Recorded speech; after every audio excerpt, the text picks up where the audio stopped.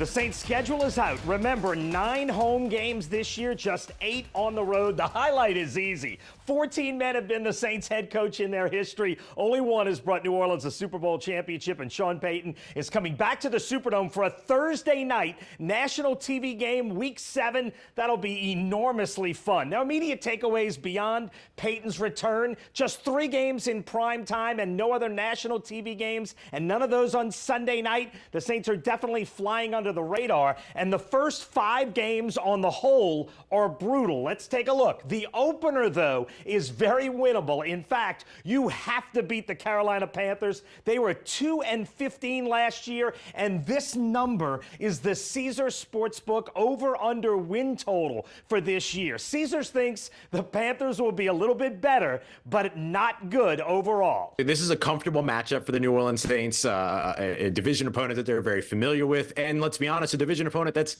going through a lot. The Panthers have the worst owner in the NFL. They have deep-seated problems. But then the gauntlet comes. Week 2 at Dallas. I know the Cowboys faded in the playoffs, but they won 12 games last year. Then Week 3 back home against the Philadelphia Eagles, another playoff team. Week 4 on the road against the favorites in the South, Kirk Cousins and the Atlanta Falcons. And Week 5, Monday night at the defending Super Bowl champions. By Caesars betting line, that's 4 straight teams with winning records. 4 teams they think make the playoffs. This is going to be a big test for the New Orleans Saints. Starting out strong is going to be important for them, but really it does give you a really good litmus test of where they are and how quickly they can kind of get in rhythm with their new scheme. We'll call the next 6 games the manageable middle. I'll explain why in a minute. It starts with the Tampa Bay Bucks at home in Week 6. Then that date with Sean Payton and the Broncos in the Dome. And notice, Las Vegas does not have a lot of confidence in the Broncos. They do expect better things from the Chargers. The Saints go to L.A. in Week 8.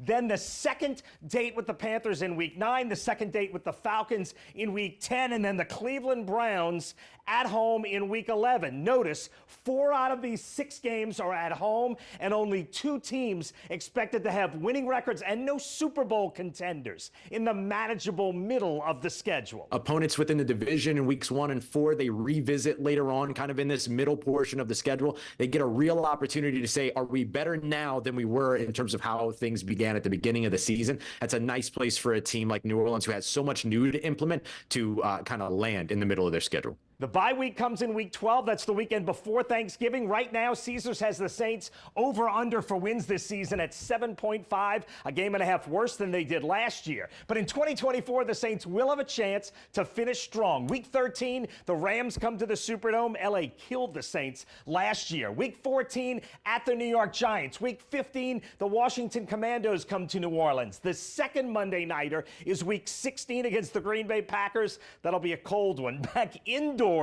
at home in Week 17 against the Raiders, and then the finale against the Tampa Bay Bucks. Notice, only one opponent in the final 6 is expected to be a playoff team. That's the Green Bay Packers. And what looks like 3 bad teams in the final 6, Washington, New York Giants, and Las Vegas. And just by wins last year, the Saints and the Atlanta Falcons are tied for the easiest schedules in the NFL.